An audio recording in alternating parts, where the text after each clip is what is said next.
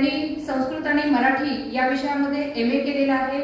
BA ला मुंबई विद्यापीठामध्ये तृतीय क्रमांक त्यांनी प्राप्त केलेला आहे। लोटस फाउंडेशन स्कॉलरशिपच्या त्या मानकरी आहेत।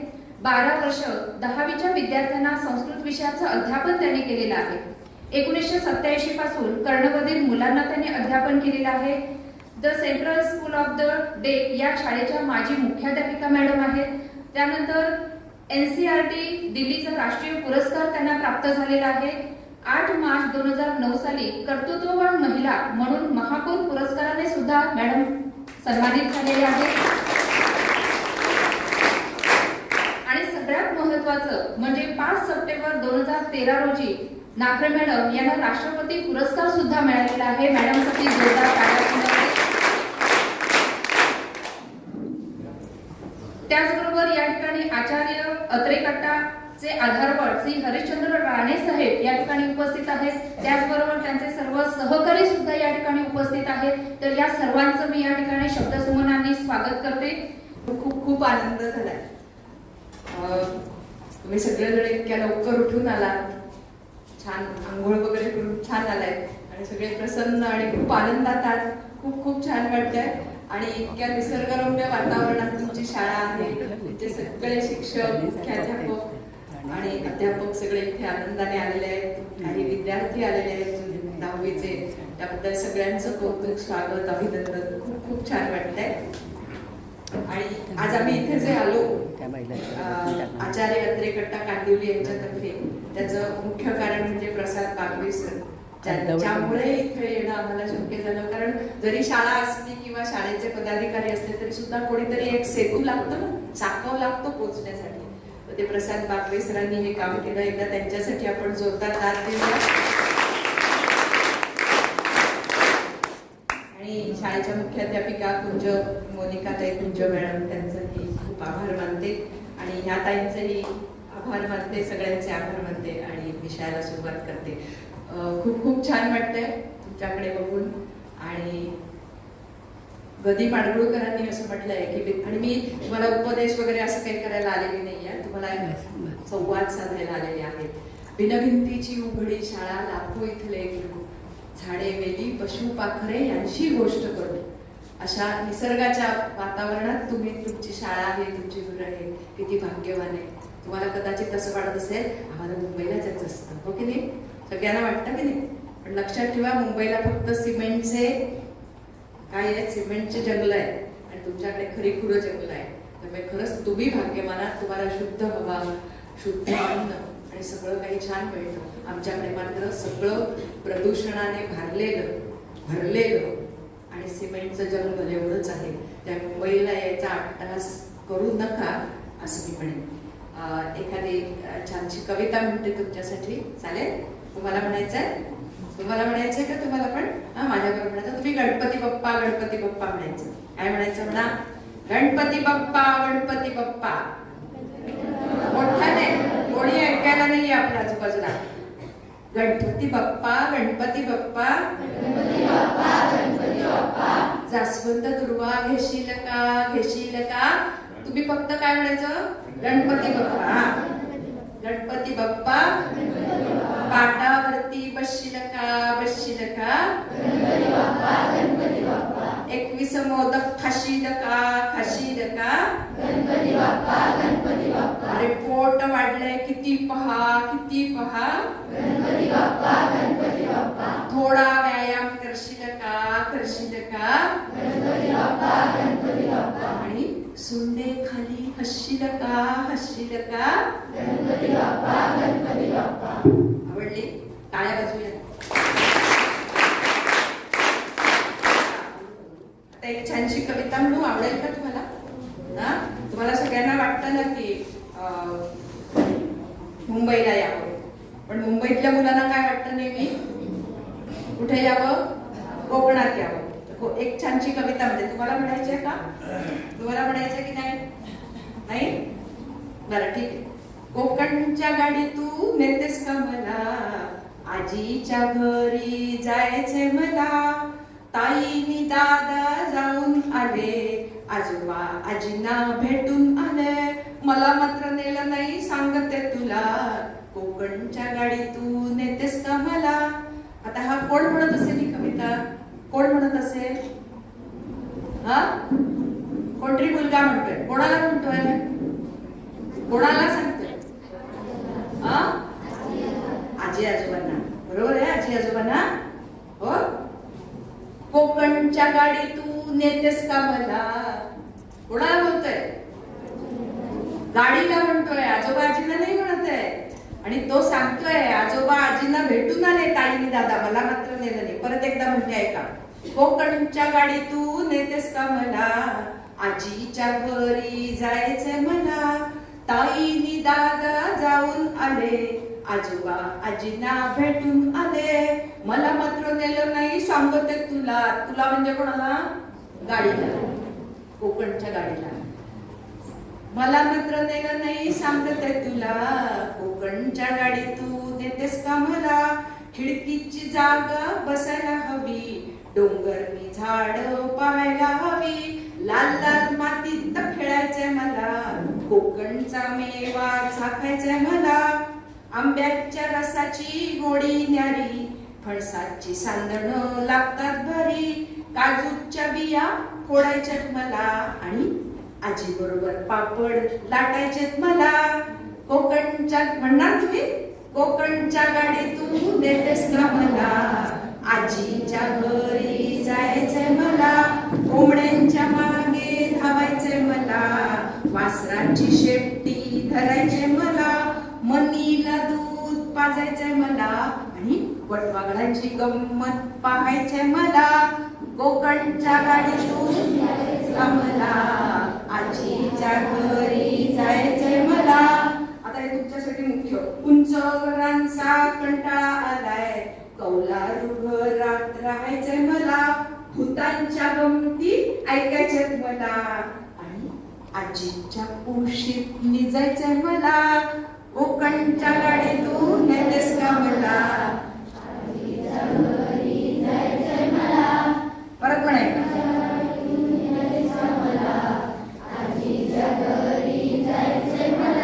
आवडली? टाळ्या वाजवूया.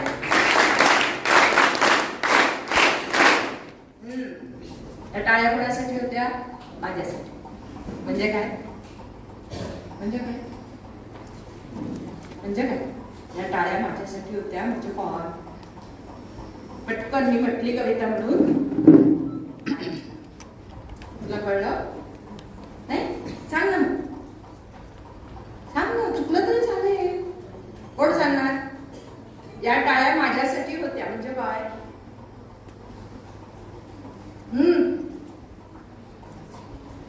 सोपं आहे, मी लिहिलेली कविता आहे. म्हणजे मी कोण असेल? कविता कोण लिहितं? मोठ्या कवी. मी पुरुष आहे का? मग कवयित्री म्हणा सगळ्यांनी. हा, पुल्लिंग आणि आज आपला विषय काय आहे माहितीये तुम्हाला? माहितीये? सण आणि उत्सव. बरोबर, सण आणि उत्सव. तुम्हाला सगळ्यांना माहितीये का 12 महिन्यात आपल्या, आपण आता विषयाकडे जाऊया की कविता ऐकायची एकच. एक कविता म्हणून छोटीशी. आवडलं? छोटीशी कविता म्हणते, मीच म्हणते, चालेल? पतंग उडवू चला गड्यानो, पतंग उडवू चला, मैदानावर सारे जमूया, पतंग फिरक्या गोळा करूया, ऊन वाऱ्याची गंमत घेऊया, मकर संक्रांतीला गड्यानो पतंग उडवू चला, उंच गच्चीवर नको जाऊया, वाकून खाली नको पाहूया, पक्ष्यांची मग काळजी घेऊया, दोरा वापरू चला गड्यानो, भाजी भोगीची चटपट खाऊ, भाकरी बाजरीची गट्टम करू, तिळा गुळाची गंमत घेऊ, हलवा खाऊ चला, गडद कपडे आपण घालू, ऊन सूर्याचे शुभेच्छा देऊ मकर संक्रांतीला गड्यानो.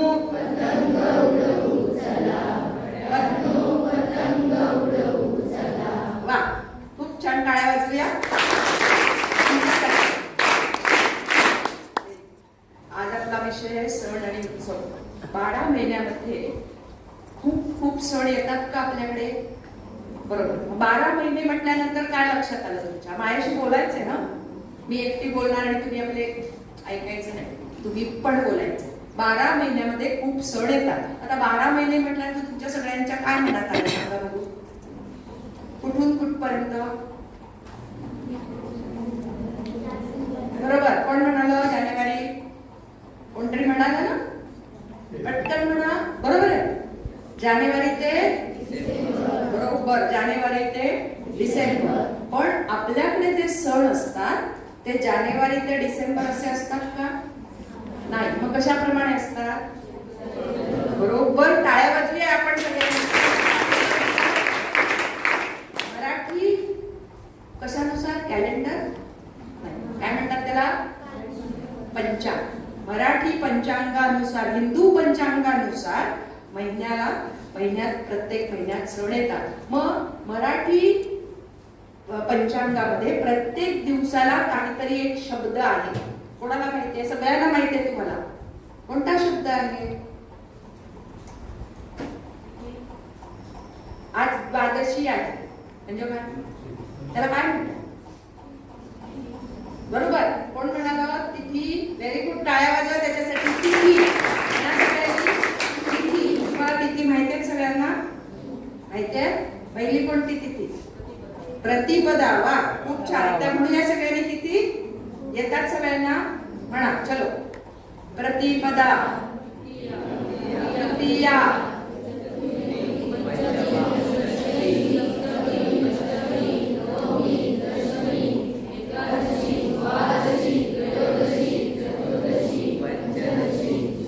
पंचदशी, चतुर्दशी नंतर येते पौर्णिमा. आता आज कोणती तिथी आहे माहितीये?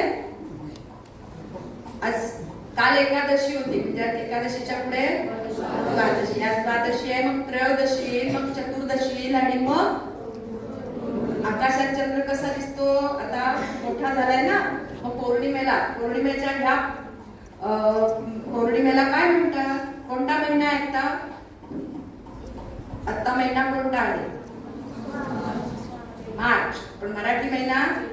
बरोबर, त्या दादाला सगळं माहिती आहे. खूप छान दादा. चैत्र महिना आहे.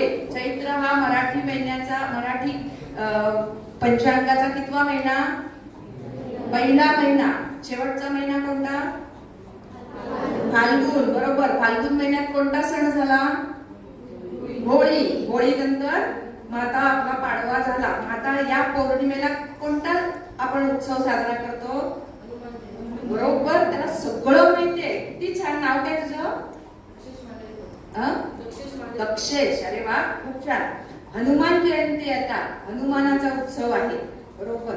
आणि मग आता पौर्णिमा झालेले 15 दिवस असतात फक्त मराठी महिन्यात. मराठी महिन्यात फक्त 15 दिवस असतात? नाही. मग किती दिवस असतात? आपल्या कॅलेंडर प्रमाणेच असतात. मग आता मग पौर्णिमा झाल्यानंतर मग काय होतं? परत प्रतिपदा असते. म्हणजे बरोबर, म्हणजे या 15 दिवसाला काय म्हणतात माहितीये कोणाला? बरोबर, त्याला सगळं माहितीये. किती छान. शुद्ध पक्ष. शुद्ध पक्ष किंवा शुक्ल पक्ष. शुक्ल म्हणजे पांढरा. ज्या वेळेला कोण? सूर्य की चंद्र? चंद्र. ज्या वेळेला चंद्र मोठा मोठा मोठा होतो आणि 15 दिवसांनी मोठा होतो, आणि पुढच्या 15 दिवसात चंद्र हळूहळू लहान होतो, आणि लहान होत होत ज्या दिवशी चंद्र दिसत नाही त्याला काय म्हणतात? तिथीला अमावस्या म्हणतात. बघितलंय कधी आकाशात? एकदा तुमच्या घरी असा 1 रुपयाचं नाणं असतं ना, ते घेऊन असा चंद्राच्या, त्याला काय म्हणतात? चंद्राच्या काय म्हणतात त्याला माहितीये? कला. म्हणा सगळ्यांनी, चंद्राच्या कला. असा एकदा काढून ठेवा. काळा पेपर घ्यायचा आणि त्याच्यावर चंद्राच्या कला काढायच्या. एकदा तुमच्या वर्गात लावून ठेवा. आणि शुद्ध पक्ष आणि कृष्ण पक्ष म्हणजे शुद्ध पक्षामध्ये, शुक्ल पक्षामध्ये चंद्र हळूहळू मोठा होतो आणि कृष्ण पक्षामध्ये किंवा वद्य पक्ष म्हणतात त्याच्यामध्ये हळूहळू लहान होतो. पण तुम्हाला हे का होतं माहितीये का? असं का होतं माहितीये का? एक कविता म्हणते, चांदोबा मोठा तुमच्यासारखाच होता मुलगा. गंमत काय झाली बघा. चांदोबा मोठा खट्याळ पोट, एक नंबरचा दंगेखोर, छळायचा सगळ्या तारांना, आभाळात घालून धिंगाणा. एक दिवस आई त्याला रागवली, थोबाडी देऊन म्हणाली, कार्ट्या तुझी मी मोडते फोड, जेवणच तुझे मी करते बंद. बिचार चंदू खूप खूप रडला, दया आली मग आईला. जेवायला वाढलं चंदूला, तसाच पठ्ठ्या फुगत चालला. 15 दिवसांनी गरगरीत झाला, 15 दिवसांनी गरगरीत झाला. कळलं?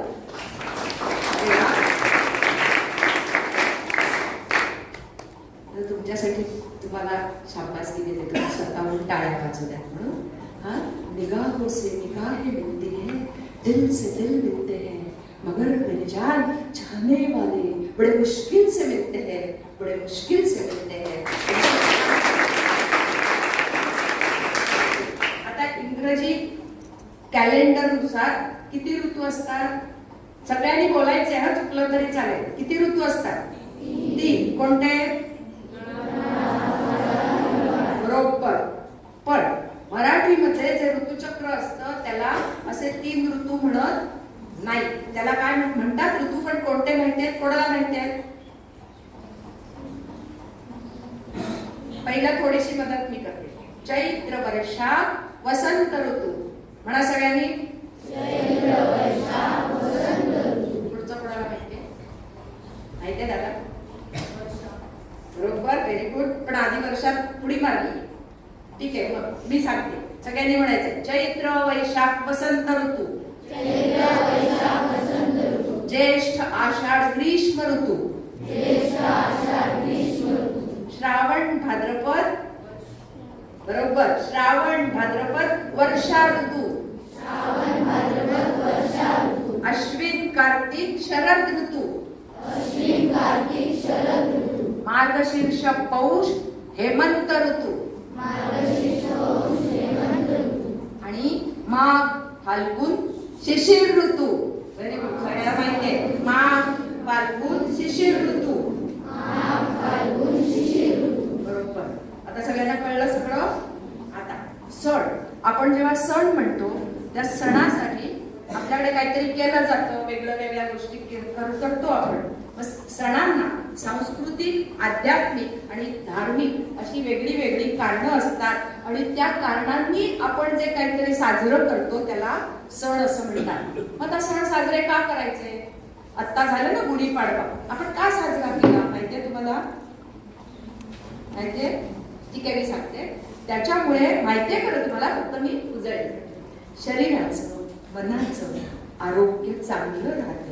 ऋतूनुसार आपण प्रत्येक जसा ऋतू बदलतो. आता बघा, आता कोणता ऋतू सुरू झालाय? उन्हाळा सुरू झालाय, गरम व्हायला लागलं. मग आपण आता सारखं काय खातो? थंड पाणी पितो, कलिंगड खातो. तुमच्या इथे कलिंगड होतात, कलिंगड खातो, म्हणजे थंड सगळं खातो. मात्र हिवाळ्यात आपण काय खाल्लं? गरम सगळं घेतो ना. सूप पितो, चहा पितो, कॉफी पितो, गरम पितो. म्हणजे ऋतूनुसार आपल्या आहारामध्ये बदल होता आणि त्याच्यामुळे आहारात केलेल्या बदलामुळे आपलं आरोग्य चांगलं होत राहतं. त्यामुळे निसर्गाचं रक्षण होतं. या सगळ्या आपल्या सणांच्या मागे काही हेतू आहे. निसर्गाचं रक्षण होतं. आपला देश शेती प्रधान आहे, त्याच्यामुळे पर्यावरण रक्षणासाठी सुद्धा आपल्याला हे सण महत्वाचे असतात. तुम्हाला सगळ्यांना माहितीये की कोणत्या महिन्यात तुमच्या सगळ्यांच्या घरी खूप उपवास करतात? माहितीये? कधी? श्रावण. बरोबर, आषाढ आणि श्रावणामध्ये खूप उपवास करतात साबुदाणा वडे खायला ना. पण त्याच्यासाठी नाही.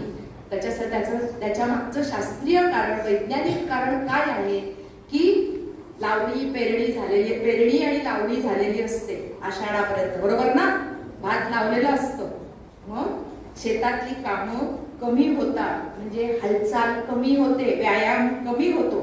सगळी माणसं मुसळधार पाऊस पडत असतो त्यामुळे कुठेच असतात, घरात राहतात, चलन वलन होत नाही. मग अशा वेळेला जड खाल्लेलं अन्न पचत नाही. यासाठी पचायला हलकं अन्न किंवा आपलं आरोग्य चांगलं राहावं म्हणजे उपवास करायचा म्हणजे काहीही खायचं नाही. म्हणजे थोडंसं खाल्लं तर द्रव पदार्थ खायचे किंवा पचायला हलके असलेले खायचे. खिचडी, साबुदाणा वडे आणि काय वेगळं वेगळं काय माहितीये तुम्हाला सगळ्यांना, असं काही खायचं नाही. तर याच्यासाठी आपल्याला आपल्या संस्कृतीमध्ये आपल्या पूर्वजांनी उपवास करायला सांगितलेला आहे. आणि विशेष म्हणजे आषाढ आणि श्रावणामध्ये ते काय आखाडी झाली ना, आषाढ अमावास्या झाली की त्याच्यानंतर काय करायचं नसतं, मासे खायचे नसतात, मांसाहार करायचा नसतो. याचं कारण काय माहितीये? याचं कारणही तेच आहे की मासे, मांस, मटण हे पचायला जड असतं आणि आपण हालचाल करत नाही त्यावेळेला, म्हणून मासे मटण बंद केलं जातं. आता त्यावेळेला असं सांगितलेलं आहे की कांदा लसूण सुद्धा खायचा नसतो.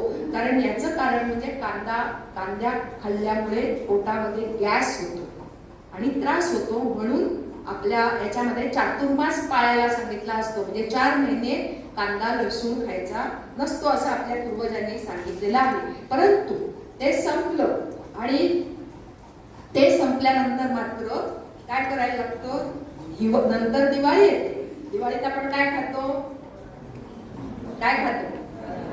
फराळ म्हणजे काय खातो सांगा बघू पटकन. चकली, लाडू म्हणजे सगळे तळलेले पदार्थ खातो. कारण का, तेव्हा हवा थंड होते, पचायला सोपं जातं तेव्हा, म्हणून आपण तेव्हा सगळे तळलेले पदार्थ किंवा छान छान पदार्थ खातो. आता सण आणि उत्सव असतात त्यामुळे मनाचं आरोग्य चांगलं असतं. सगळेजण आपल्या घरी नातेवाईक मित्रमंडळी एकत्र येतात, गप्पा गोष्टी करतात. वयस्कर माणसं असतात त्यांना गप्पा मारायला हवे असतात. तुमच्या आजी आजोबांना आवडतं की नाही बोलायला? मग ते सगळ्यांना ते आवडतं. एकमेकांच्या गाठी भेटी होतात, कधीतरी कीर्तन होतं, भजन होतं, नृत्य, नाटक, संगीत, गायन सगळेजण एकत्र जमले की आनंद होतो, विचारांची देवाणघेवाण होते आणि मुख्य म्हणजे आपण सगळेजण एक आहोत. हा मी हुशार मोठा असं विषमतेची भावना राहत नाही. म्हणून तुम्हाला माहितीये का, हे उत्सव कोणी सुरू केले पहिल्यांदा? आता अजून मदत करते. गणेशोत्सव कोणी सुरू केला? बरोबर, सांग मोठ्याने. लोकमान्य टिळकांनी. कशासाठी? इंग्रजांना आपल्या देशात पळवून लावण्यासाठी आपण सगळ्यांनी एकत्र झालं पाहिजे, आपण एक आहोत ही एकीची एकजुटीची भावना व्हावी आणि सगळ्यांनी मिळून जर एकीचं बळ दाखवलं तरच हे शक्य होतं. याच्यासाठी आपल्याकडे सुरुवातीला उत्सव सुरू झाले जनजागृती करण्यासाठी आणि सगळेजण एकत्र जमले की बघा, प्रत्येकाच्या आयुष्यात सगळेजण आनंदातच असतात का? नाही, कोणाचा तरी हात दुखत असतो, कोणाचा तरी दाढ दुखत असते, हो की? मग आपलं दुःख, चिंता, काळजी विसरली जाते, आनंद होतो आणि त्याच्याबरोबर राष्ट्राभिमान, देशाभिमान या सगळ्यांबद्दल आपल्या मनामध्ये भावना निर्माण होते. आणि विशेष म्हणजे या सगळ्या सणांमध्ये आपल्याला निसर्गाशी नातं जुडलं जातं आणि म्हणून हे सगळे सण आणि उत्सव हा थँक्स गिव्हिंग सेलिब्रेशन आहे. म्हणा सगळ्यांनी, थँक्स गिव्हिंग.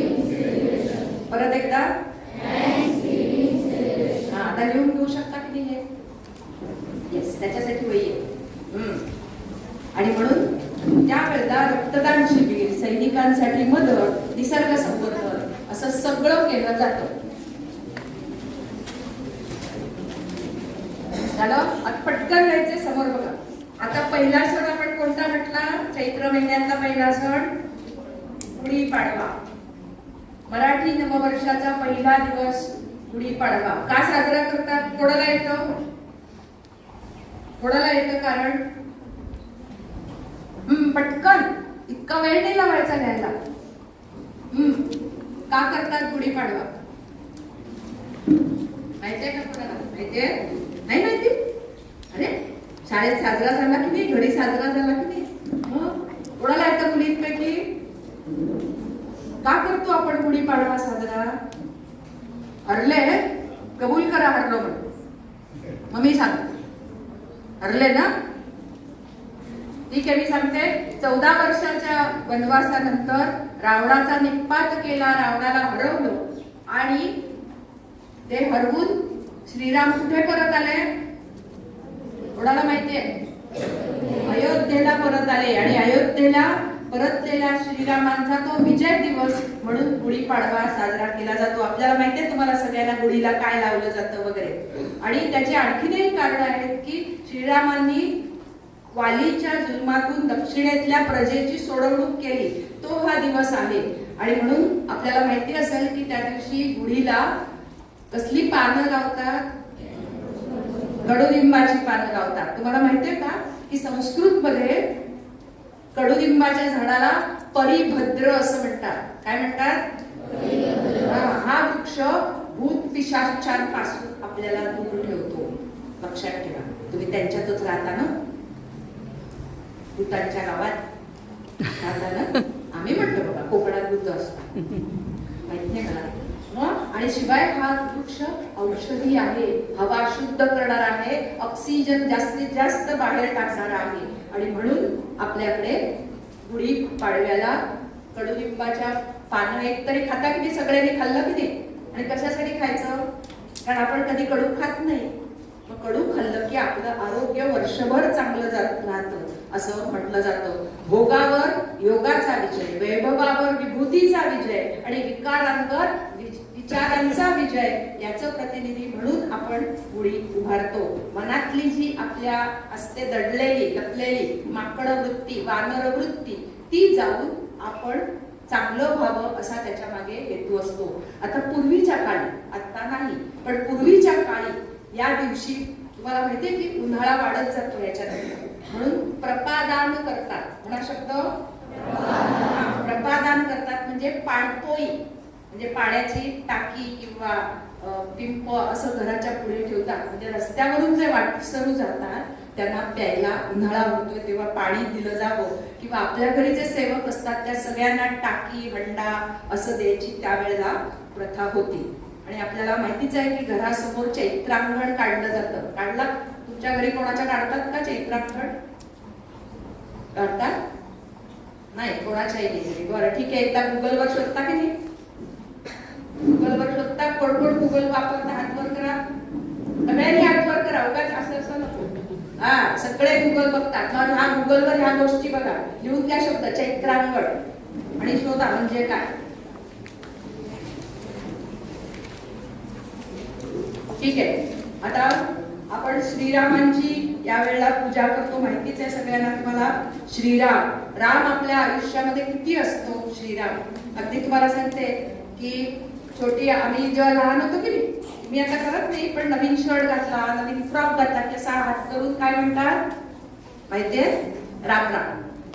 राम राम म्हणजे नवीन कपडे घातले की राम राम म्हणायची पद्धत होती. किंवा गावाकडची दोन माणसं एकमेकांना भेटली की काय म्हणतात? राम राम पाहुणं म्हणतात ना. किंवा माझ्या आयुष्यात रस आहे, या अर्थी सुद्धा माझ्या आयुष्यात राम आहे असं म्हटलं जातं. आणि तुम्हाला माहितीये का, भूत दिसलं तर राम राम राम राम म्हटलं की भूत पळून जात.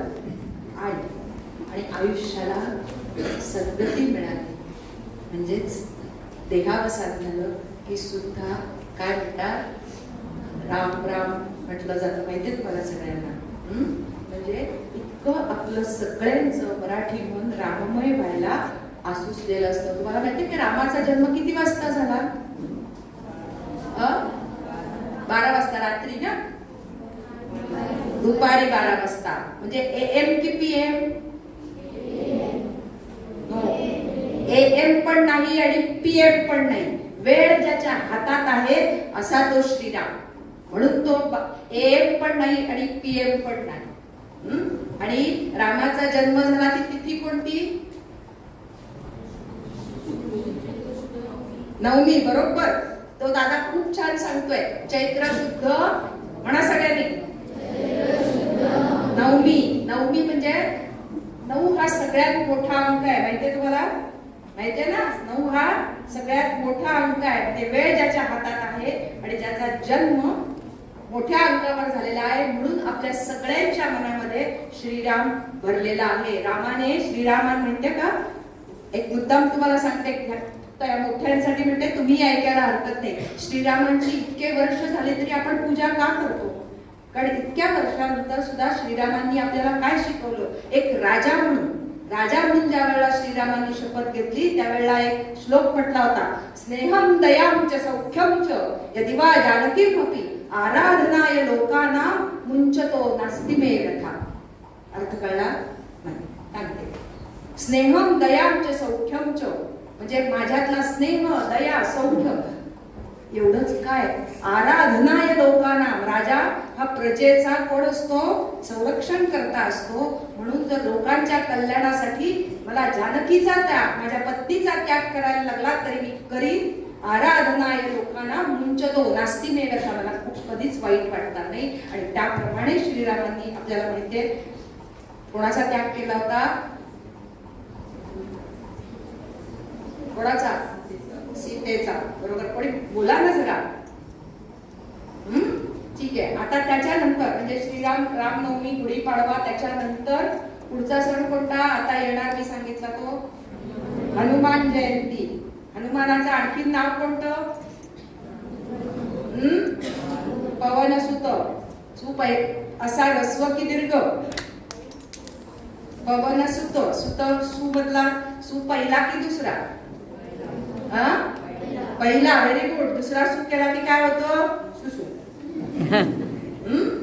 पहिला सुत म्हणजे मुलगा. पवनसुत वायुपुत्र. म्हणून अंजनेय, अंजनी पुत्र, पवनपुत्र आणि मारुती अशी त्यांची नावं आहेत. आपल्याला माहितीये की तुम्ही कोणी कीर्तनाला जाता का? हनुमान जयंतीच्या जातो कोण? नाही. सूर्योदय होईपर्यंत कीर्तन चालतं. सूर्योदयाच्या पूर्वी म्हणजे सकाळी 5-5:30 ला कीर्तन चालू होतं. आणि ज्या वेळेला सूर्योदय होतो त्यावेळेला हनुमानांचा जन्म होतो असं मानलं जातं आणि त्या हनुमान जन्माचा उत्सव साजरा केला जातो. हनुमान हे 60 चिरंजीवांपैकी म्हणजे त्यांचा कधीही मृत्यू न होणारं असं अद्भुत बालक आहे. लहान असताना सूर्याला पकडायला गेला. मला हे खेळणं हवंय, बॉल हवाय, हा पिवळा धम्म म्हणून पकडायला गेलेला आणि त्यावेळेस इंद्राने त्याच्यावर प्रहार केला होता. ते ऐकायला आपण कधीतरी ती गोष्ट नंतर ऐकू. पण हनुमान हे शक्तीची उपासना आहे, सामर्थ्याची उपासना आहे. आणि म्हणून आपल्याला व्यायाम करायला संदेश कोण देतं? हनुमान जयंती सांगते. बलवान व्हा, सामर्थ्यशाली व्हा. तुकडे सुकडे, पिझ्झा, बर्गर आणि काय पाव खाऊन, मैदा खाऊन, केक खाऊन तुकडे सुकडे अशक्त होऊ नका. हे आपल्याला आज हनुमान सांगतात. आणि समाजामध्ये रावण वृत्ती. रावण माहितीये ना? किती तोंड होती? मोठ्याने. आणि सगळे किती कसे होते? चांगलं होतं का? परत कधीतरी एकदा येईल ना तर पकडापकडी खेळताना रावणावर यायचं राज्य, लप्पाछप्पी खेळताना रावणावर यायचं राज्य आणि आपलं तोंड झाकायला धोतर लागायचं अख्खं. असं काहीतरी नंतर म्हणेल, आता नाही. आज श्रीरामांना दूत असणाऱ्या हनुमानाची आज गरज का आहे? कारण आपण सगळेजण शक्तिवान राहिलेलो नाही. आपण सारखे मान खाली घालतो आणि असा निष्कर्ष काढलाय की तुम्हाला ज्या वेळेला मुलं होतील मोठा झाल्यावर अशी मान खाली घातलेली होती. का? तुम्ही सारखे मोबाईल बघता. बरोबर की नाही? हो की नाही? म्हणा ना हो. बघा मग तुमच्या मुलांना असं जन्माला घातलं तर बघा. आणि म्हणून परंतु आपल्याला माहिती आहे की हनुमानांनी काय केलं? रावणाचा भाऊ कोण होता माहितीये? खूप चांगल्या वृत्तीचा असलेला. कोणाला माहितीये? बघा गुगल बघता पण माहिती नाहीये. विभीषण. म्हणा विभीषण. विभीषणाला आपल्या पक्षात घ्यावं आणि त्याला रावणानंतर त्याला राज्य द्यावं, हे आपल्या पक्षात घ्यावं हा श्रीरामांना सल्ला हनुमानांनी दिलेला होता. आणि म्हणून श्रीरामांनी तो मानला, हे सगळ्यात महत्वाचं आहे. आता त्याच्यानंतर जे चैत्र महिन्यात आला आणि त्याच्यानंतर कोणता सण येतो? आषाढ महिन्यातल्या पौर्णिमेला आपण साजरा करतो, शाळेत साजरा करतो. बरोबर. कोणी सांगितलं? करा बघा, लक्षात ठेवा. त्या दादाला एकट्याला येते. म्हणा सगळ्यांनी गुरुपौर्णिमा. त्याचं दुसरं नाव बरोबर बघा, त्याला एकट्याला येते. व्यास पौर्णिमा. म्हणा सगळ्यांनी व्यास पौर्णिमा. आषाढ पौर्णिमेला व्यास पूजा केली जाते, म्हणून इथे ह्याला व्यासपीठ असं म्हटलं जातं. व्यासांनी महाभारत हा ग्रंथ लिहिला आणि व्यास महर्षींचं वैदिक आणि लौकिक ज्ञान अमर्याद होतं आणि म्हणून असं म्हणतात व्यासोच्छिष्टम जगत सर्वम. त्यांनी सगळ्या जगाला पुष्ट केलेलं होतं, म्हणजे सगळ्या विषयांना स्पर्श केलेला होता. थांबू कंटाळाला? थांबू का? मग प्लीज थोडा वेळ आहे, थोडा वेळ बोलणार आहे. नक्कीच नवीन काहीतरी तुम्हाला ऐकायला मिळेल अशी खात्री देते मी. आपल्या गुरु आपल्याला काय करतो? तुमचे गुरु कोण? हे सगळे इथे बसले आहेत ना, बरोबर? सारी धरती कागज बनाए, सारा बन लेखनी बनाए, सात समिंदर की स्याही में भी गुरु महिमा न समाये. आणि म्हणून त्यांना आपण गुरु म्हणतो, परंतु हे सगळे शिक्षक, आम्ही सगळे शिक्षक आहोत. म्हणजे पाठ्यपुस्तकातले धडे शिकवतो म्हणून ते शिक्षक, आणि जीवनाचे धडे शिकवतो ते गुरु. कळलं का? कुंभारा सारखा गुरु नाही रे जगात, वर घालत धपाटा आधाराचा हात. कुंभारा सारखा गुरु नाही रे जगात. आधी तुडवी माती तुडवायला लागतं की नाही? आधी तुडवी मग हाते कुरवाळी. ओल्या मातीच्या गोळ्याला येई आकृती वेगळी. घडे जाती थोडा घरी, घडे जाती राऊळात. कुंभारा सारखा गुरु नाही रे जगात. असं गुरुचं वर्णन केलेलं. टाळ्या वाजवायला त्या टाळ्या महाराष्ट्राचे वाल्मिकी कोण? गदी माडगुळकर त्यांच्यासाठी होत्या. आता आपण गुरुपौर्णिमेनंतर मी अगदी तुम्हाला स्पर्श करून जाते विषयाला. श्रावण महिन्याकडे जातो. सगळ्यांना श्रावण महिना आवडतो का? आवडतो का? बरं आवडतो? खिचडी खायला मिळते आईचा उपवास असताना, बघ नाही? आणि काय कारण आहे का आवडतो? पटकन बोला. का आवडतो? बरोबर सांग. कोणी सांगितलं? सण असतात. कोणते सण असतात सांग बघू एखादा. नागपंचमी. बरोबर. मोठे नाही ना सांगत आहे? मोठे सांगताय? ओके. श्रावणामध्ये सगळ्यात महत्वाचं म्हणजे निसर्गाचा कोणता चमत्कार आपल्याला दिसतो? श्रावणामध्ये काय दिसतं? इंद्रधनुष्य. किती रंग असतात? असं बोला सगळ्यांनी. 7 रंग असतात ना. आणि म्हणून असं म्हणतात की श्रावण हा सगळ्या महिन्यातला आपला सगळ्यांचा लाडका महिना असतो. तऱ्हेतऱ्हेचे पदार्थ पक्वान खायला तर मिळतातच, परंतु श्रावण महिन्यामध्ये श्रवण करावं म्हणजे काय? ऐकावं असं आहे. काय ऐकायचं? काय ऐकायचं माहितीये? कहाणी माहितीये तुम्हाला? कोणाला माहितीये का? काही बोलतच नाही तुम्ही. हो की नाही म्हणा ना. नाही असेल तर नाही म्हणा. माहितीये का कहाणी? वाचले कधी? एक छोटीशी कहाणी ऐकवते तुम्हाला. पहिली जी गणपतीची आहे ना ती ऐकवते. ऐका गणेशा तुझी कहाणी. निर्मळ फळे, उदकाचे तळे, बेलाचा वृक्ष, सुवर्णाची कमळे, विनायकाची देवळे रावळे, मनचा गणेश मनी बसावा, हा वसा कधी घ्यावा, माही चौथी पूर्ण करावा, संपूर्णाला काय करावं, पशा पायलीचं बी काढावं, 18 लाडू करावे, 6 देवाला द्यावे, 6 ब्राह्मणाला द्यावे, 6चं सहकुटुंब भोजन करावं, अल्पदान महापुण्य अशा गजराज मनी ध्यायचे, चिंतिले लाविले, मनकामना निर्विघ्न कार्यसिद्धी करीजे. ही 60 उत्तराची कहाणी 5 उत्तरी सुफळ संपूर्ण. आपण लहान होतो तेव्हा हे पुढचं आपलं सगळं पाठ होतं, कारण आपल्या पुढेला कहाण्या वाचल्या जायच्या. आता कहाण्या हे खूप छान प्रकार आहे. सगळ्यांनी गुगलवर हे शोधा. प्रत्येक देवतेची प्रत्येक वाराची कहाणी असते, मंगळवारची कहाणी, बुधवारची कहाणी वगैरे वगैरे. तर गुगलवर हे शोधा, रील बघून काही मिळतं का सांगा? 1 तास रील बघितलं आणि नंतर विचारलं काय बघितलंस रे, उत्तर येतं का? नाही ना? लक्षात ठेवा, जर पटलं तर करा. पण आपले सण हे सगळे भूगोलावर आधारित आहे, भौगोलिक परिस्थितीवर आधारित आहेत. माहितीये ना, आषाढ महिन्यात काय होतो? धूम पाऊस पडत असतो. आणि आपला पहिला श्रावणातला सण कोणता? कोणता पहिला सण पंचमीला येतो? नागपंचमी.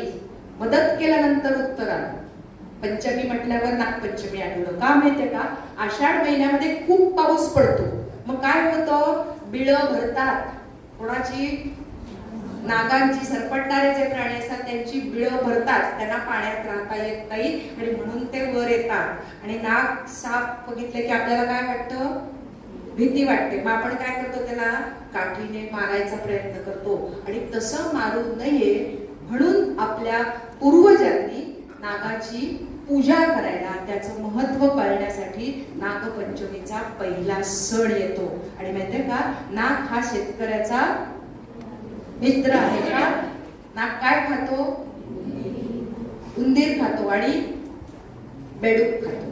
बेडूक खातो म्हणजे उंदीर खातो, म्हणजे जेव्हा धान्य शेतामध्ये पिकतं त्या पिकाचा नाश करणारे जे उंदीर आहेत ते उंदीर खातो नाग, म्हणून आपण त्याची पूजा करतो. आणि तुम्हाला गंमत माहितीये का, की पूर्वी पौराणिक कथा अशी सांगितली जाते की कालियामर्दन, माहितीये ना तुम्हाला? तो डोहात होता, ऐकलंय का कधी? त्याच्या डोक्यावर श्रीकृष्ण बसला तर त्याला असं सांगितलं की कालियामर्दन, तू लोकांना त्रास देऊ नकोस, विषारी होता तो अतिशय, म्हणून तू सागरात जा. तर ज्या दिवशी कालियामर्दन त्या डोहातून सागरात गेला, समुद्रात गेला, तो दिवस म्हणजे नागपंचमी असं म्हणतात. आणि दुसरं गोष्ट म्हणजे तुम्हाला माहितीये का की नागपंचमीला एकदा असं झालं, एक शेतकरी नांगरत होता आणि त्या नागाची 9 पिल्लं होती, त्याला 9 पिल्लं नांगराने मारली गेली. आणि मग नागिणीला, आईला काय वाटत असेल? पिल्लं सगळी मेल्यावर ती शेतकऱ्याला ती चावली जाऊन घरात, ज्याने नांगर धरला होता ना त्याला चावली आणि शेतकरी मेला. आणि मग त्याला नागिणीला कळलं की तिची मुलगी आहे शेतकऱ्याची, म्हणून मग तिच्या घरी गेला. परंतु गंमत अशी झाली की शेतकऱ्याची मुलगी होती, ती लग्न झालेलं होतं, तिने पाटावर नाग काढलेला होता चंदनाचा, त्याची पूजा केली होती. आणि ते बघितल्यानंतर तिने काय केलं? तिला मारलं नाही, तिला आशीर्वाद दिला. मग त्यावेळेला ती मुलगी म्हणाली की माझे बाबाही खूप चांगले आहेत, मी तुमची क्षमा मागते, पण माझ्या बाबांना 20 दिवस आता अमृत दे आणि बाबांना जिवंत कर. आणि नागिणीने बाबांना जिवंत केलं, शेतकऱ्याला जिवंत केलं, अशी कथा सांगितली जाते. जरी हे काय म्हणायचं त्याला विष जिवंत होणं, तुम्ही आता म्हणाल असं कधी जिवंत होतो का मेलेला? बरोबर आहे ना? परंतु चांगले विचार केले, चांगले सद्विचार केले, एवढं जरी आपण त्याच्यातनं घेतलं तरी सुद्धा खूप चांगलं आहे. आपल्या पूर्वजांसाठी एकदा दाद देऊया, टाळ्या वाजवूया. आणि श्रावण महिन्यामध्ये मंगळवारी काय असतं? दर मंगळवारी काहीतरी करतात. कोणाला माहितीये? मुलींना माहितीये की नाही? नवीन लग्न झालेल्या बाईच्या बाबतीत काय करतात? मंगळागौर असते. कशासाठी असते मंगळागौर? मंगळागौरीला काय करतात? खेळ खेळतात, वेगळे वेगळे. माहितीये तुम्हाला? कोणता खेळ माहितीये? फुगड्या. आणि खूप काय काय करतात ना, सूप करतात आणि काय काय खेळ खेळतात, उखाणे घेतात, गाणी म्हणतात, स्मरण होतं, पाठांतर होतं, व्यायाम होतो. ह्याच्यासाठी आपण मंगळागौर करतो. नारळी पौर्णिमा पुढची माहितीये? नारळी पौर्णिमेला काय करतात? नारळ घालतात, बरोबर, समुद्राला. आणि काय विनंती करतात की आता तू शांत हो, आम्हाला काय मिळू देत?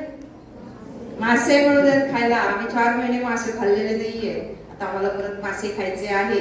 आणि म्हणून आपण समुद्राची पूजा करतो, शांत तो हवा, उधाण आलेलं असतं ते शांत होण्यासाठी म्हणून आपण हे करतो. पण आणखी तुम्हाला त्याच्यानंतर कोणता येतो सण? अष्टमीला गोकुळाष्टमी. आता तुम्हाला त्यातला गंमत माहितीये का की गोकुळाष्टमीला म्हणजे कृष्ण आणि त्याचा भाऊ कोण, बलराम, हे दोघं धष्टपुष्ट होते.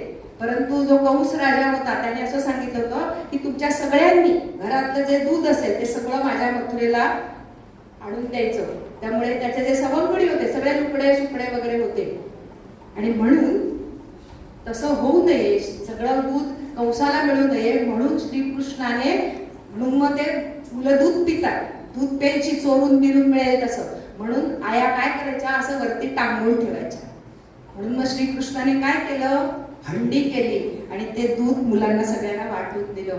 आणि म्हणून आपण काय करतो, गोकुळाष्टमीला दही हंडी करतो. पण आता आपण वेगळंच काहीतरी करतो. पण पूर्वी त्याचा अर्थ खूप छान होता की काय म्हणायचं, सगळ्यांनी मिळून खावं, सगळेजण धष्टपुष्ट व्हावे असं म्हटलं जातं. आणि मंगळागौरीला तुम्हाला माहिती आहे की पत्री काढली जाते. तर पत्री काढली, पानं तोडली झाडाची की झाडाची वाढ जास्त चांगली होते, याच्यासाठी आपण पत्री काढली जाते. परंतु सणामध्ये ज्या वेळेला कुठचा तरी घरात सण असतो ते आपल्या घरी मदतीला कोण येतं, आपल्या घरी कामाला जे येतं त्यांना सगळ्यांना जेवण अन्नदान दिलं जातं. श्रावण अमावास्या माहितीये, श्रावण अमावास्येला काय करतात, मातृदिन असतो. मदर्स डे म्हटलं की आपल्याला कळतं ना मराठीत, आईचा दिवस असतो.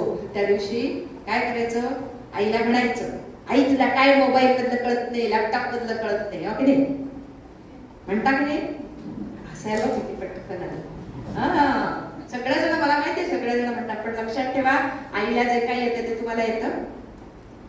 पावभाजी करता येते, आईसारखा डोसा भाकरी करता येते का फुगलेली, आजीची भाकरी फुगली, मुले हसू लागले, येतं का करता, नाही ना.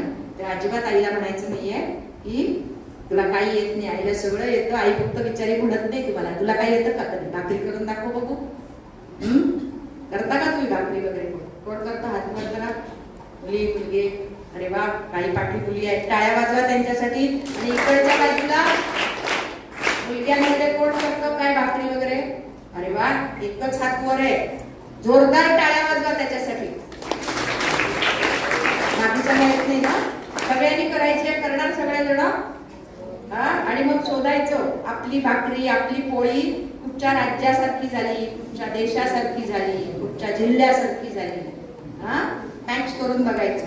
ओके, ठीक आहे. आता त्याच्यानंतर तुमचा कोकणातला सगळ्यात मोठा उत्सव कोणता बरं, मोठ्याने गणेशोत्सव. कोणी चालू केला, इकडनं उत्तर येऊ दे, लोकमान्य टिळकांनी, लोकमान्य बाळ गंगाधर टिळक आहे. आता मी खरं तर त्याचे डोळे, त्याचं फार खूप खूप छान सांगण्यासारखं आहे, पण थोडस काहीतरी सांगते. तुम्हाला माहितीये का गणपतीचे कान कसे असतात, कविता येते, गोरा गोरा पान, छोटा छोटा छान, सुपा एवढे कान हा, दिसतो किती छान, मोठे मोठे पोट, मांडीचे हे लोट, उंदराची गाडी बघा तुरु तुरु धावे, अशा आपला गणपती बाप्पा. त्याचे मोठे कान कशासाठी असतात माहितीये का, गणनायक, गणपती, गणांचा पती म्हणजे नेता. आपल्या महाराष्ट्राचे नेता कोण आहे, मुख्यमंत्री कोण आहेत आपले, मोठ्याने. तसा आपला याच्या आध्यात्मिक ह्याच्यातला कोण आहे, देवेंद्र फडणवीस, गणपती आहे.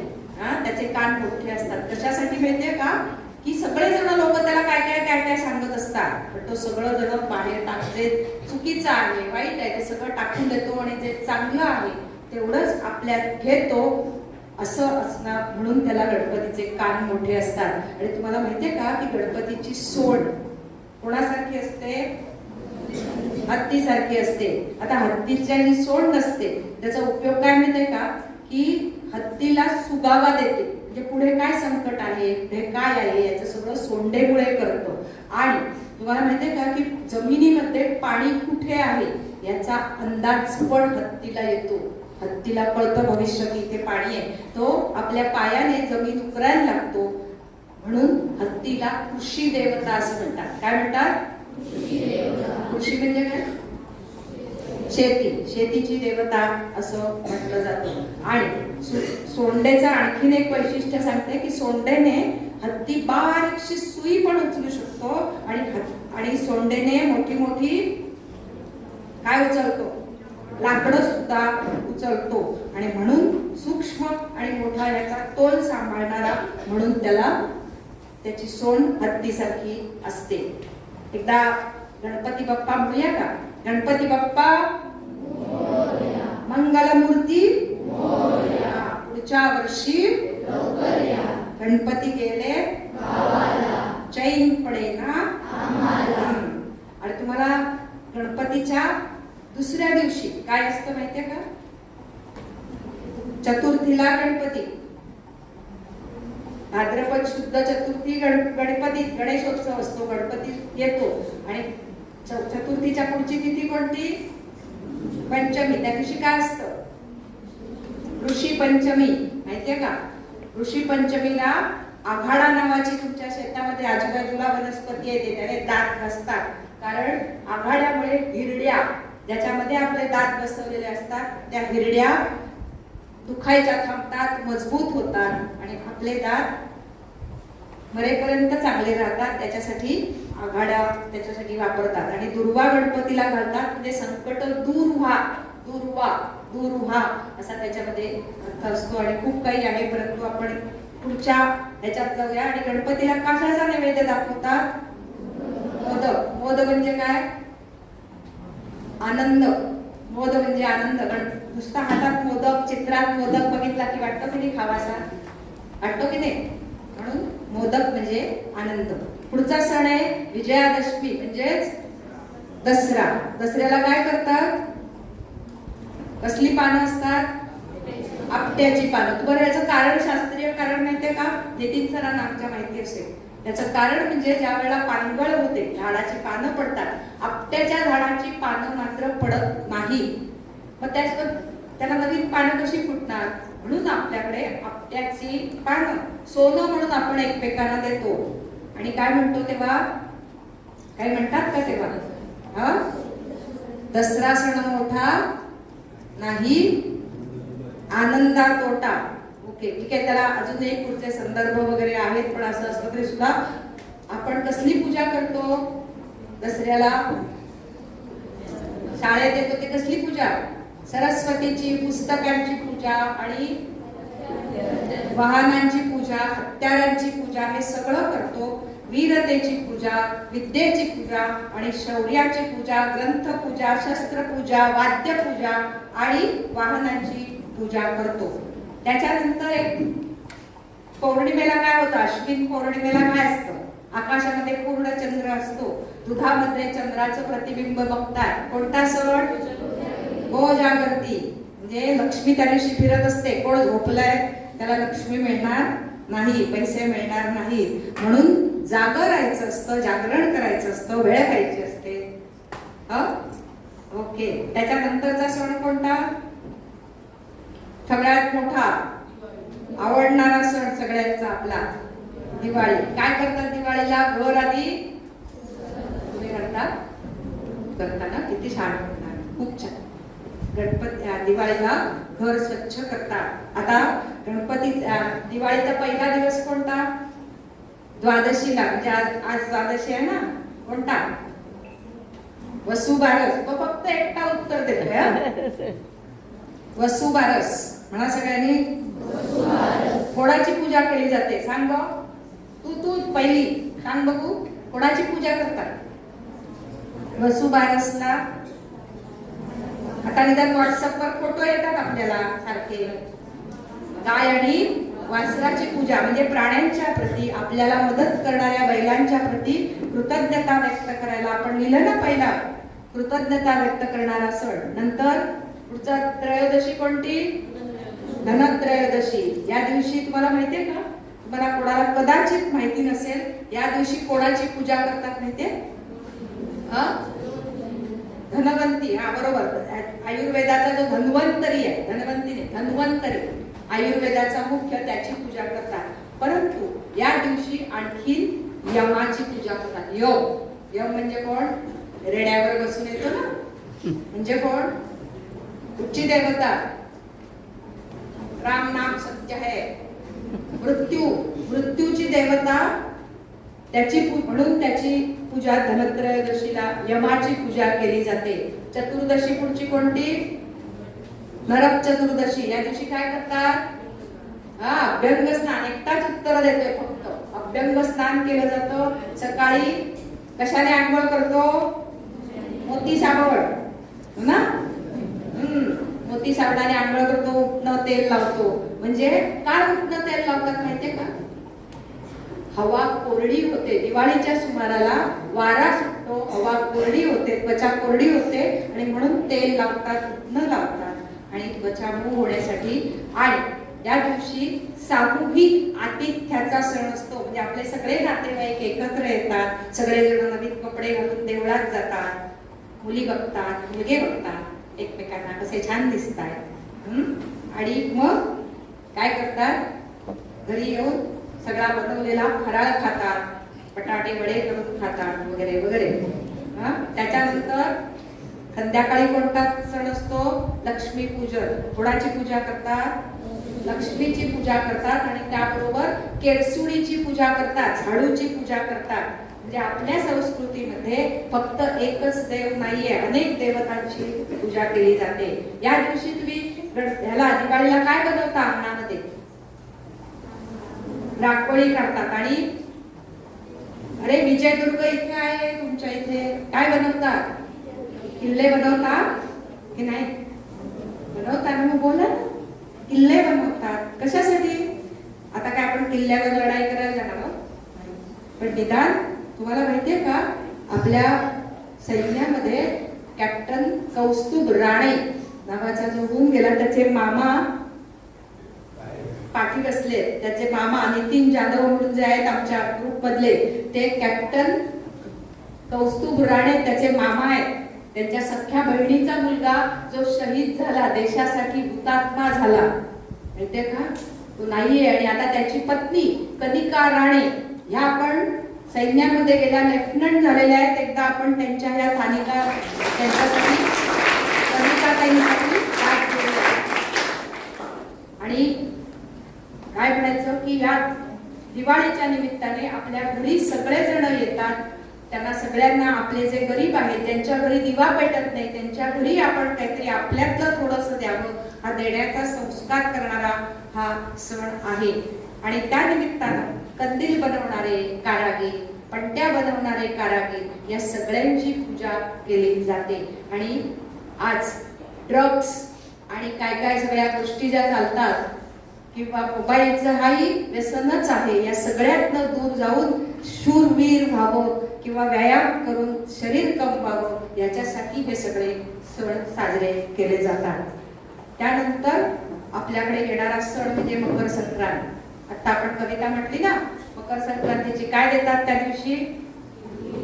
तिळगुळ. आणि काय म्हणतात?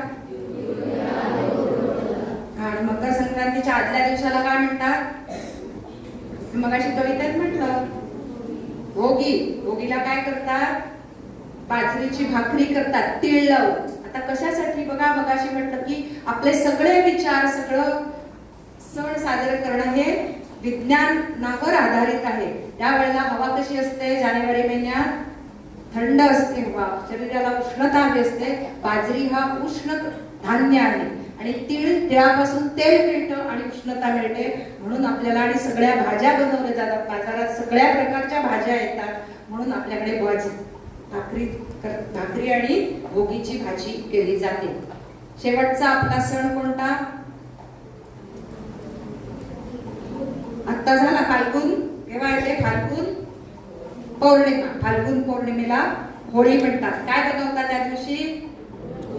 होळी रे होळी, पुरणाची पोळी. आवडते का सगळ्यांना? आवडते. आणि त्याची आमटी बनवतात, त्याला काय म्हणतात? कसली आमटी? उत्तर कोणी देत नाही बघा. कटाची आमटी. मीच सांगते का? ठीक आहे. आपल्याकडे होळीचं पूजन केलं जातं, त्याची कथा बिथा आहे, पण मी आता काही सांग शकत नाही. तुम्हाला गंमत सांगते की रँड साहेबाचा खून कोणी केला आहे माहितीये? रँड साहेबाचा खून कोणी केला पुण्याला जाऊन? चापेकर बंधू. कोण? चापेकर बंधू. त्या बंधूंनी पुण्याला जाऊन इंग्रज रँड साहेबाचा खून केला आणि त्यावेळेला त्यांचे वडील मुंबईतल्या एका देवळामध्ये कीर्तन करत होते. त्या गादीवर बसून कार्यक्रम करण्याची मला 4 वेळा संधी मिळाली आणि त्यावेळेला रंगपंचमीच्या दिवशी म्हणजे होळीच्या दुसऱ्या दिवशी आमच्याकडे श्रीरामांच्या मूर्तीवरती रंगपंचमी म्हणजे फुलांची उधळण केली जाते. आता हे आपले सगळे सण संपले, वाईट प्रवृत्ती टाकून आपण चांगले विचार घ्यावे एवढंच होळी शिकवते. त्यानंतर फक्त मी धावता आढावा इतर धर्माचा घेते. पारस्यांचा सण कोणता माहितीये का? पारसी लोकांचा पतेती. म्हणा सगळ्यांनी पतेती. आपल्याकडे रतन टाटा, जमशेदजी टाटा, दादाबाई नवरोजी ही सगळी मंडळी पारसी समाजाची आहेत. ते अग्नीची पूजा करतात. त्यानंतर जैन लोकांचा महावीर जयंती माहिती असेल कदाचित. ते लोक मांसाहार करत नाही, कांदा लसूण खात, जे जमिनीच्या खाली उगवतं ते खात नाही जैन लोक. आणि त्याचं कारण का की ते त्याच्यामध्ये छोट्या छोट्या प्राणी कीटकांचा नाश होतो. बौद्ध धर्माचा सण कोणता? जो आपल्याला सगळ्यांना माहिती आहे, बुद्ध पौर्णिमा जी आता येईल, आणि आंबेडकर जयंती, ज्यांनी आपल्याला संविधान दिलं, सगळ्यांना शिकवायचा अधिकार दिला, ते आंबेडकर. त्यानंतर रमजान ईद आणि मोहरम हे सगळे मुस्लिम धर्माचे सण आहेत. त्यांचाही आपल्याला माहितीये की भारताच्या काही भागामध्ये, महाराष्ट्राच्याही काही भागामध्ये एकत्र, सांगली जिल्ह्यात कडेगाव म्हणून आहे, ते लोक एकत्र, हिंदू आणि मुस्लिम लोक एकत्र येऊन मोहरमचा सण साजरा करतात आणि तेव्हा शीर कुर्मा करतात आणि आनंद घेतात. आता शेवटचे आपले 2 राष्ट्रीय सण उरले. कोणते? फक्त एकच उत्तर देतोय, स्वातंत्र्य दिन आणि प्रजासत्ताक दिन. स्वातंत्र्य दिन केव्हा साजरा करतात? 15 ऑगस्ट. टाळ्या वाजवा याच्यासाठी. आणि प्रजासत्ताक दिन बसूनच सांग. 26 जानेवारी. बरोबर आहे. 15 ऑगस्टला पंतप्रधान ध्वजारोहण करतात. म्हणा ध्वजारोहण. आणि 26 जानेवारीला ध्वज फडकवतात. कोण? पंतप्रधान. पंतप्रधान का? राष्ट्रपती. आपल्या कोण आहेत राष्ट्रपती? माननीय द्रौपदी मुर्मू. आणि बघा, स्वातंत्र्य दिनाला ध्वज खांबाच्या तळाशी ठेवतात आणि पंतप्रधान दोरी ओढतात आणि हळूहळू वर फडकवला जातो, ज्याला फ्लॅग होइस्टिंग असं म्हणतात. आणि प्रजासत्ताक दिनाला ध्वज खांबाच्या वरच्या बाजूला बांधलेला असतो आणि राष्ट्रपती दोरी ओढतात आणि झेंडा हवेत फडकतो. याला काय म्हणतात? कोणाला माहितीये? फ्लॅग अनफर्लिंग. म्हणा सगळ्यांनी, फ्लॅग अनफर्लिंग. राष्ट्रीय उत्थान, देशभक्ती आणि स्वातंत्र्याचं प्रतीक म्हणून आपण स्वातंत्र्य दिन साजरा करतो. आणि प्रजासत्ताक दिन, संविधान दिवस सगळेजण आपण सारखे आहोत यासाठी साजरा केला जातो.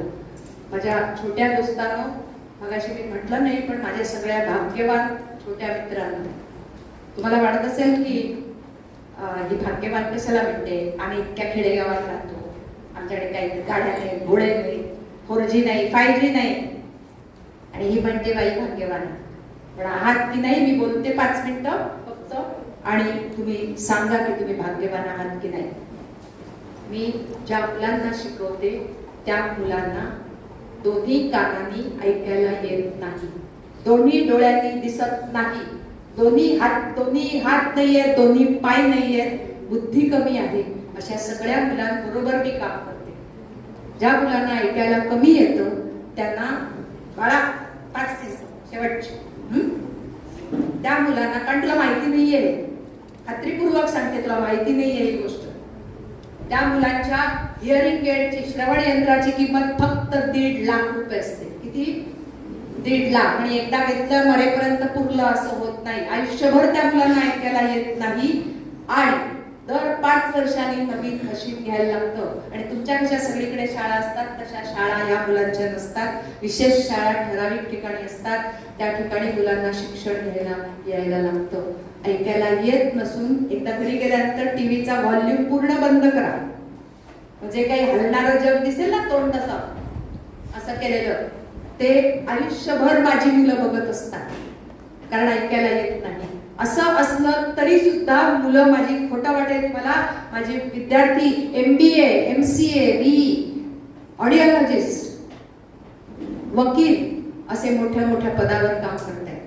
तुमच्यासारखेच बोलतायत. माझ्या मुलांनी मला सांगा, तुमच्यापैकी किती जणांना 4थीची स्कॉलरशिप मिळाली? हात वर करा. 4थीची किंवा 5वीची? बघा, एवढ्या मुलांमध्ये एकाचा हात वर आहे फक्त. आणि प्राऊड टू से, माझ्या ऐकू न येणाऱ्या मुलांनी, बसलेल्या सगळ्या मुलांनी स्कॉलरशिप मिळवलेली आहे आणि महाराष्ट्रामध्ये नाही, मुंबईमध्ये रँक मिळवलेले आहे. आकाशवाणीवर, रेडिओवर 6 वेळा कार्यक्रम केलेला आहे. महाराष्ट्र प्रज्ञाशोध स्कॉलरशिप मिळवलेली आहे. संस्कृत 10 श्लोक ओळीने म्हटलेले आहेत. मला सांगा, तुमच्यापैकी किती जणांना संस्कृत श्लोक येतात म्हणतात?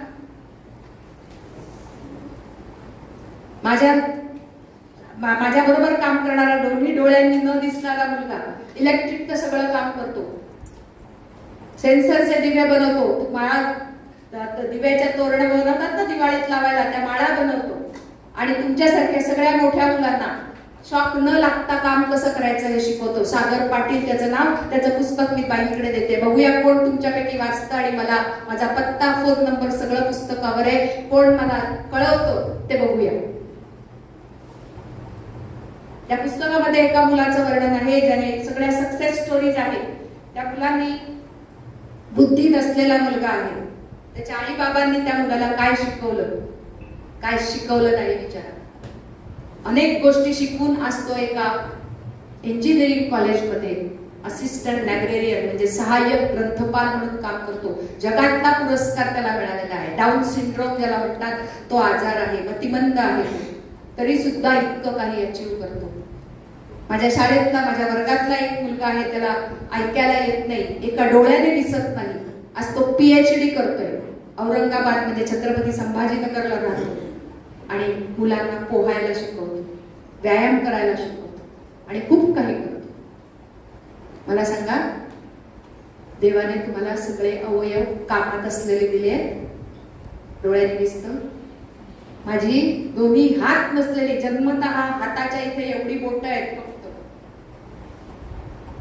तो मुलगा पायामध्ये पेन धरून चित्र रंगवतो, टी-शर्ट रंगवतो आणि विकून स्वतःचं पोट भरतो. तोंडात ब्रश धरतो आणि त्याने रंगवतो.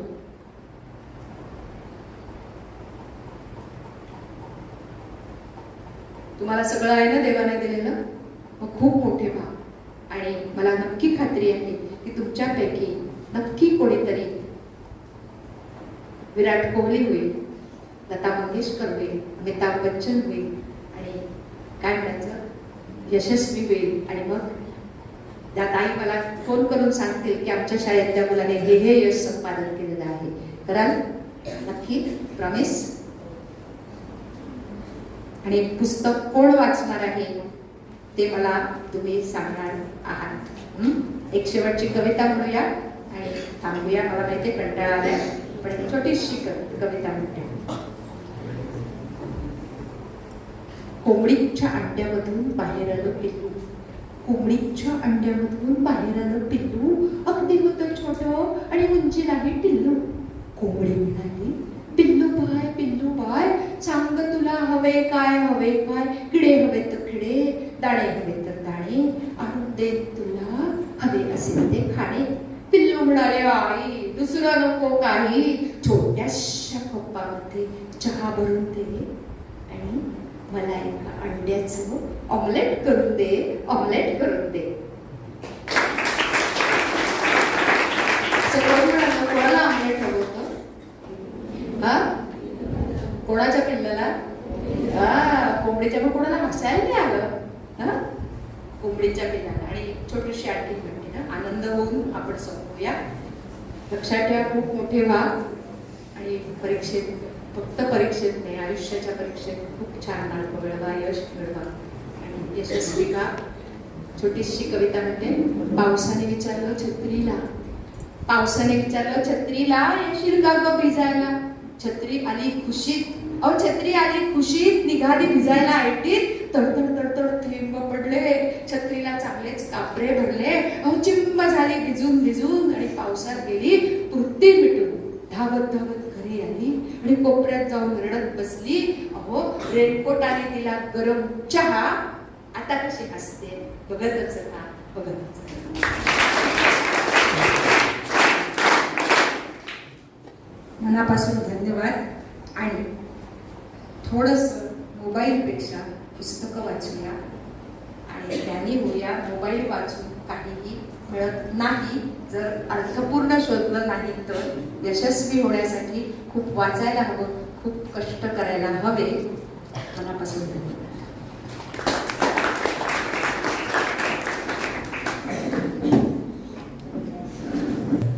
धन्यवाद मॅडम. अतिशय ओघवत्या शैलीमध्ये आणि हसत खेळत मॅडमांनी आपल्याला अगदी मोलाचं मार्गदर्शन केलं. आभार प्रदर्शनाच्या निमित्ताने आज या ठिकाणी उभा आहे. खरोखरच आपले सण आणि उत्सव जे आहे, आपली जी संस्कृती आहे, ही जोपासणं हे आपलं कर्तव्य आहे. आज जर आपण व्यासपीठावरती बघितलं तर ज्येष्ठ व्यक्तींचा सहभाग आहे आणि हा ज्येष्ठ व्यक्तींचा सहभाग खरोखरच श्रेष्ठ आहे, मला असं म्हणावंसं वाटतं. आणि ही जी परंपरा आहे, ही परंपरा तुम्हाला आम्हाला पुढे चालवायची आहे आणि त्याच्यासाठीच हे प्रयत्न आहेत या व्यक्तींचे. तर इथे मला एक वचन आठवतं की तुझं आहे तुझ्यापाशी परंतु तू जागा चुकलास. खरंच आहे ते, कारण आपलं सगळं आपल्याकडे आहे. आपल्या प्रत्येक सणाला वैज्ञानिक अधिष्ठान आहे आणि हे अधिष्ठान आपण समजून घेणं महत्वाचं आहे. कारण प्रत्येक गोष्टीला, आपल्या प्रत्येक सणाला एक वैज्ञानिक महत्व आहे आणि ते जर वैज्ञानिक महत्व आपण जोपासलं, अंगीकारलं तर कुठच्याही डॉक्टरकडे जायची आपल्याला गरज लागणार नाही, असं या कार्यक्रमाच्या निमित्ताने मला सांगावंसं वाटतं. तर आजचा हा कट्टा अगदी चांगलाच लागला असं म्हणावं लागेल आणि हा कट्टा प्रत्येक शाळेमध्ये व्हावा आणि प्रत्येक मुलांना, पालकांना सुद्धा हे कळावं असं या कार्यक्रमाच्या निमित्ताने सांगतो. आज या ठिकाणी ही सर्व मंडळी आमच्या सिंधुदुर्गमध्ये आली, आमच्या देवगड तालुक्यामध्ये छोट्याशा शाळेमध्ये आज कार्यक्रमाचं आयोजन केले. महिन्याभरापूर्वी प्रयत्नशील होतं हे सगळं आणि हे खरोखरच सत्यात उतरवताना तुम्ही मॅडम म्हणालात की मी स्वतःला खूप भाग्यवान समजते, तर आम्ही सुद्धा खूप भाग्यवान समजतो की आपल्या माध्यमातून अशा पद्धतीचं व्याख्यान आमच्या मुलांसाठी अगदी पुन्हा पुन्हा आम्ही आयोजित करण्यासाठी प्रयत्नशील राहू. आणि खरंच आपल्याला आज वेळ नाही आहे, वेळ फार कमी आहे. तुम्हालाही पुढे कार्यक्रम असतील तर नक्कीच तुम्ही कधी परत याल, त्यावेळी आमच्या शाळेला आपण सर्वांनी पुन्हा एकदा भेट द्या. तुमचं नक्कीच स्वागत आहे. त्याचबरोबर इंद्रे गावातील सुद्धा मान्यवर मंडळी या ठिकाणी उपस्थित आहेत, त्यांचं सुद्धा या कार्यक्रमाच्या निमित्ताने आभार व्यक्त करतो. त्याचबरोबर आमचे पालक, माजी विद्यार्थी सुद्धा उपस्थित आहेत आणि आपल्या सर्वांना सुद्धा मी धन्यवाद व्यक्त करतो. आणि आपला जो प्रवास आहे इथून पुढचा तो सुद्धा सुखकर हो, त्याचबरोबर निरोगीदायी ठरो अशी मी आई भगवती चरणी प्रार्थना करतो आणि थांबतो. धन्यवाद.